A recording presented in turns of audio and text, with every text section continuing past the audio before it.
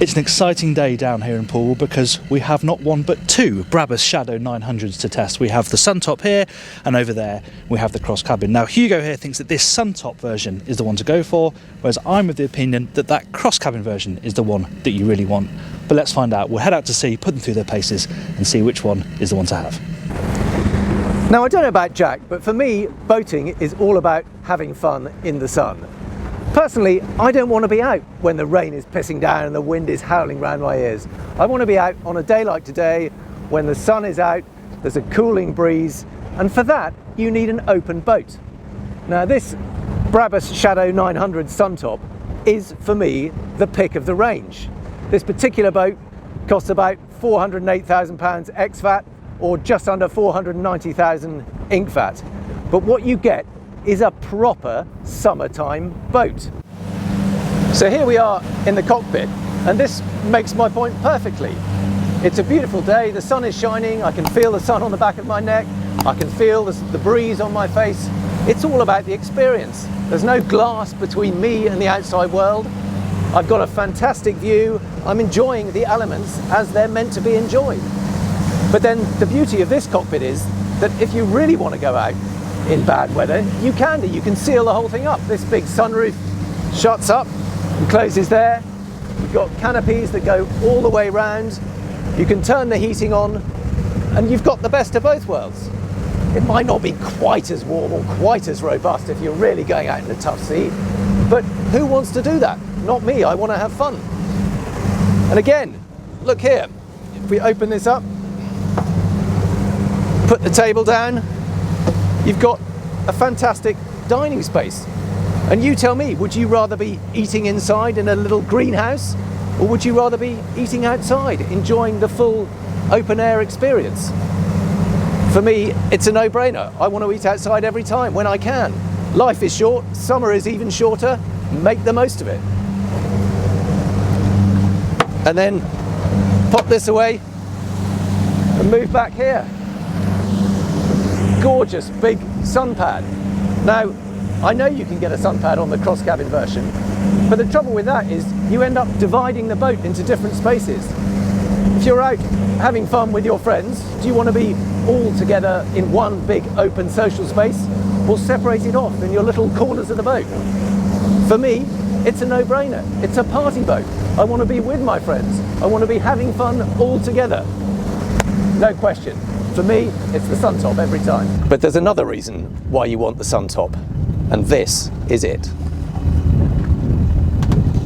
Into gear, twin supercharged 450 horsepower V8s. Let's give them everything. Oh my goodness. 20 knots. 30 knots. A little bit of trim, 40 knots, 45,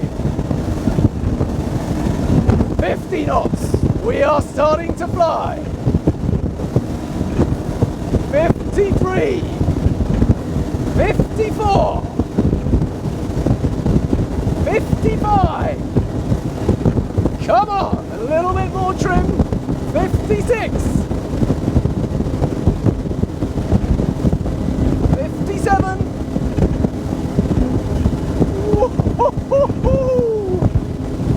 Unbelievable! That is absolutely outrageous. 58, 59, 60 knots. Oh my goodness. Whoa. Wow.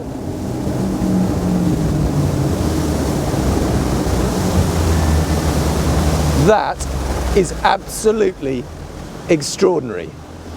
The power of those engines is phenomenal. But it's not the power, it's the experience.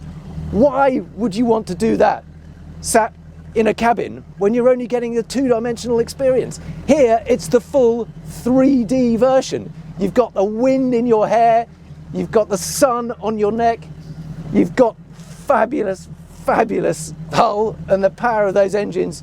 It is an unbelievable experience. You don't want that filtered in any way.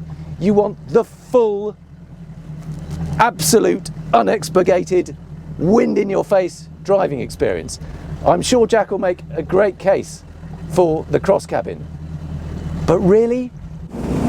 Now I'm sure Hugo was over there on the sun top talking about how invigorating it is to have the wind going through what's left of his hair. But for me, it's the year-round usability of this cross cabin that has massive appeal. If I'm going to spend the best part of 580 grand on a boat like this, I want to be able to use it whenever I want, and I don't want to have to get dressed up in foulies to do so. And you say, yeah, if you have your sun top in Mallorca, you don't have to do that. But we're not in Mallorca, we're here in Poole. And okay, it's a pretty nice day today, but often it's not. And even if that's the case, on this, you can shut this door, turn the key, and off you go.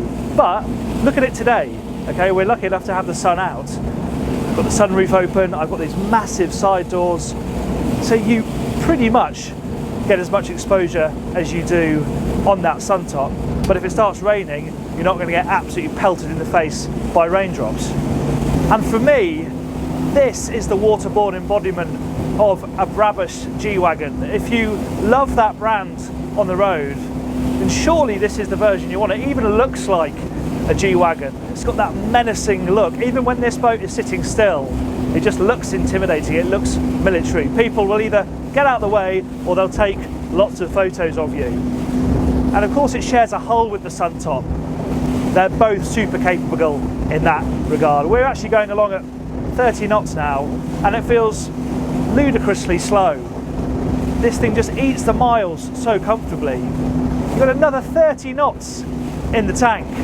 And in the conditions we've got today, which is relatively calm but with a bit of a groundswell, well, these are the conditions that this thing just absolutely loves. Can't really give it the beans at the moment because it would be too awkward for the cameraman. But it just eats the swell. And you can get into a lovely rhythm with these twin 450 racing engines. You shoot yourself out the troughs. It just lands so softly. You have complete confidence in the way that this boat is going to handle a rough sea. And in fact, the faster you go, the better it gets. And the fact that you can wind it out and cruise at 50 knots comfortably, it's not straining there, it's doing it in its sleep. That is what is so impressive about this boat. And on the cabin version, you can do it come rain or shine. It's such a wide cruising band on this boat. Cruising at 25 knots genuinely feels too slow. The boat doesn't feel like it's in any sort of rhythm. 30 knots feels fine, that's like your everyday cruising speed. It just settles into 30 knots really, really comfortably. And it'll really take most conditions in its stride at that sort of speed. We're doing it now. You're looking at sort of 130 litres an hour between the two engines. That's really comfortable progress. And then you can wind it out. And it's going to get a bit jiggly, I'm afraid. But that's now 45 knots, 240 litres an hour, shimmer up a touch, and you are just hoovering up the sea. That's now knocking on the door of 50 knots. Take your hands off the wheel. And it's not flat carb. You know, there's a bit of chop here, and I'm not having to steer. Don't recommend that home, but I just want to demonstrate how stable, how docile, how easy this thing is to drive quickly. And you'll get 60 knots out of this thing. We probably won't get it today. We've got full fuel, we've got full water, but this is a 60 knot boat. And the beauty of that is that when you're cruising, the cruising band is enormous. 20 to 50 knots, bam, like that. But it's not all about the straight line. This thing is so enjoyable if you want to throw it about a bit, pointless as that may seem. But there is so much grip on offer. And that plays into how approachable this thing is to drive at high speed. You know, you can do a hard turn at 30 knots. There's so much grip. It never threatens to skid or skim or catch a chine and flick you, violently. None of that happens. It just looks after you. And for me, that is the overwhelming thing about this boat. Really potent performance, savage acceleration. Those twin 450Rs are just brutally fast, but it's really safe, comfortable, and easy to do. As a mile muncher, as a way to cover ground, a pointer-pointer, There are very few things this side range, this price, that can beat this thing. And you may ask, yeah, what about the Axopar 37? It's a very good point. It's exactly the same hull, exactly the same layout. You can't have the 450 engines, but you've got the same hull, and that's fair enough. You know, this is 580 grams worth of boat. Why are you paying more? Well, you pull into a big marina, you're probably going to see another Axopar 37 or two. There's only 37 of these Black Ops versions being made, so you have exclusivity, and it turns heads like nothing else. The number of people who've come closer to us today to get a proper look at it, take some photos. It's a real head turner, and it does feel special. Yes, there's a premium, but it is a special thing to be on board this. And here at the helm is where you do feel quite a significant difference over a standard Axopar, because you've got all the Brabus loveliness. You've got leather overhangs with the speaker set in right ahead of you. You've got loads of carbon fibre on the dash. You've got your little Brabus plaque. You've got screens for your navigators as well, sort of Ferrari style screens for the person in the passenger seat. It's a really nice place to be. You've got the Brabus steering wheel as well, which means you've got your trim tab controls right underneath your thumb here. You've got audio controls as well. Seats are great. You know, they're finished in fine leather, look and feel really nice. Driving position is really good when you're sat down, but for me this is the position that most people will want to drive in. You can lean nicely against these bolster. You've got a great view forward. Throttle comes really easily to hand. So actually the driving environment is part of what makes this such a nice boat to drive. Strangely, the steering wheel is a little bit offset, which is an issue the 37 has, so you're a little bit twisted here. They could do with moving it over a little bit so that you're not sort of to one side on the seat. But apart from that, it's a really cracking driving setup. You get the joystick as standard on all Brabus models. Of course, you've got a bow thruster as well, which is controllable from this button on the steering wheel. You've got a pair of throttles, so it's what you're comfortable with, really. However, a really useful function of this joystick is the skyhook system, which I'm using now, where you press a button and the engines will vector to keep the boat in the position that you've left it in. So if you're getting ready for a fuel barge or to go through a bridge or just on your own and want to put the fenders on, you hit that button, you can move around the boat freely knowing that it's not going to move anywhere. It's a really useful bit of kit. The rain has arrived as if to make my point perfectly about why you would want this version over the Suntop, which right now you would be covering in plastic to make sure the seats don't get wet. Now the thing about this boat is, although it's, you know, super glamorous and it has all the Brabus special bits, it's still based on the Axopar 37, so it's super practical. You've got loads of storage, walk around decks. Of course the deck spaces aren't as good as the Suntop version, but you still have the choice here to have this open, or with a storage module, or with a wet bar, or with the sun pad. And I would say actually on this cabin version, the sun pad is pretty desirable so that you've got somewhere to lounge around outside the cabin when the weather is good. Of course you've got a sun pad up on the foredeck as well, but this is a nice place for people to stretch out when the weather is good. And as I said, really nice, safe walk around decks, handholds absolutely everywhere. You feel nice and safe moving around this boat, and there's nice details as well, like the fact you've got the helm out through the side door, then there's a little step here in the inside of the top side, and you've got a step on top, so it's very easy to get on and off, especially if the quayside's a little bit higher than the boat itself. Of course, if it's playing super yacht tender duties, that's going to be useful too. To move right forward, you have the gull-wing doors. Again, that's a feature that we see on the Axopar 37. Same thing here. These both pop up. Not only does that mean that they ventilate the cabin really well, but also it means that you haven't just got access from inside the cabin itself. And then right forward here, you've got your sun pad area. This is a really nice space to stretch out when the weather's good. You can get a nice canopy over here, a bit of a sunshade with poles so that you have a bit of shade over here if it's a really hot day. And you also get an ultramarine anchor as standard on this version of the boat. So really, from stem to stern, it's got really top-end equipment. And throughout this deck, you just notice all those lovely Brabus touches. And there's more of that on the inside. Now obviously these are a major difference over the Brabus Shadow 800, which was based on the old 37, which this replaces. And yes, it's a nice party piece, a bit of quayside theatre, but actually it does have a positive effect on the practicality of the boat as well. As I said, you have another way to access the cabin without everyone having to feed through the companionway, and it means there's a bit of fresh air here, and of course you can step really easy out onto the side deck. And down here it does feel very different to a standard Axopar. There's high quality Brabus branded leather absolutely everywhere. It smells amazing down here, and there are two different layouts as well. So this boat has got the separate toilet. The other boat, the Suntop, has got a completely open plan arrangement which has an enormous 40-inch TV down on this bulkhead. So there's a bit of flexibility there depending on how you think you'll use this area.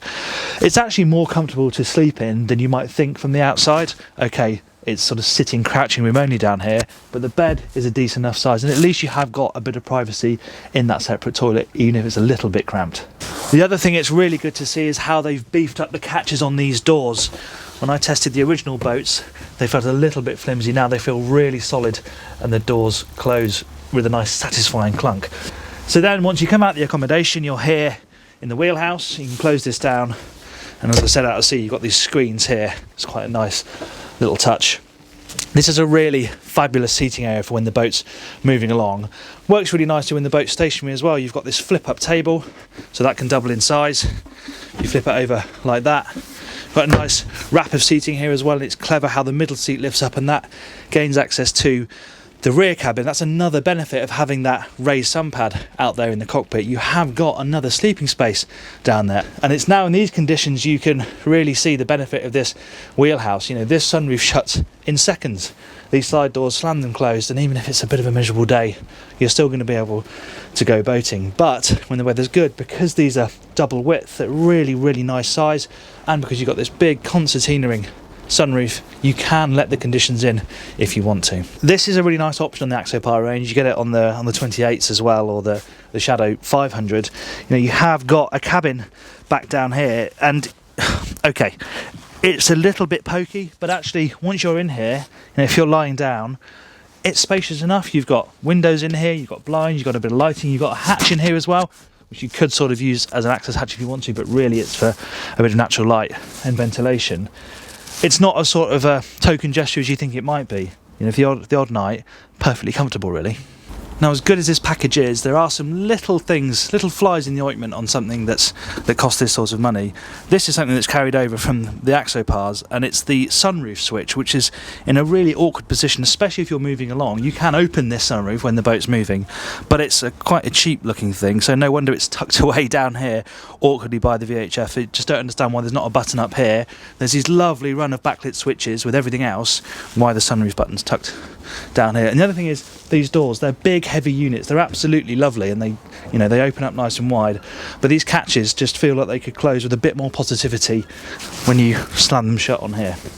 Why didn't you let us know in the comments below which of these two you choose if you had the money? Would it be the Suntop or would it be the cross cabin? To be honest, you're probably going to be disappointed with neither, and a lot of it will be about where you're going to keep them. If it's going to be fine weather most of the time, the Suntop makes plenty of sense, but if it's going to be in the northern climes and it's going to be less reliable weather, then this is the one to have. But what they have in common is something that feels very special. They turn heads, they make you feel good when you're on board, and then once you turn the keys and open the throttles, you really see what these things are all about. It's a very potent blend of comfort, practicality and performance. Thank you very much for watching our review of the Brabus Shadow 900 Suntop and Cross Cabin. If you enjoyed the video, please give it a like and be sure to subscribe to the channel and hit the bell icon so you're always alerted of a new upload.